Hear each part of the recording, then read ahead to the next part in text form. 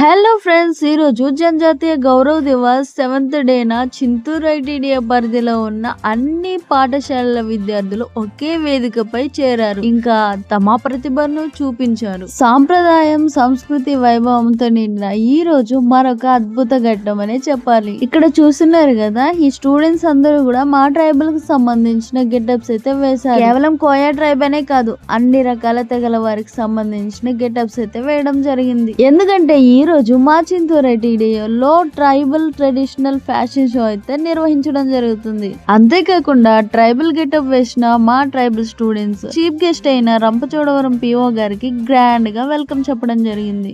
అలాగే వందే మాత్రం 150th anniversary కావడంతో పిఓ గారు బక్కిం చంద్ర చటర్జీ గారికి పూలతో నివాళిని అర్పించారు. తరువాత మొదటగా నిర్వహించిన మాక్ పార్లమెంట్ లో మా ట్రైబల్ స్టూడెంట్స్ అయితే పార్టిసిపేట్ చేయడం జరిగింది.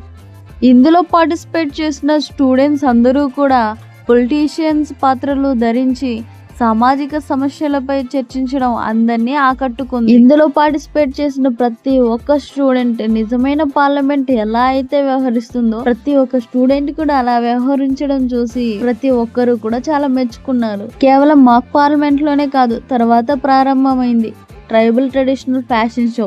ఇందులో all over India tribal tradition ని రిప్రజెంట్ చేస్తూ వాళ్ళ కల్చర్ ని అండ్ వాళ్ళ సాంప్రదాయాన్ని రిప్రజెంట్ చేస్తూ ట్రైబల్ ఫ్యాషన్ షో అయితే స్టార్ట్ అయింది.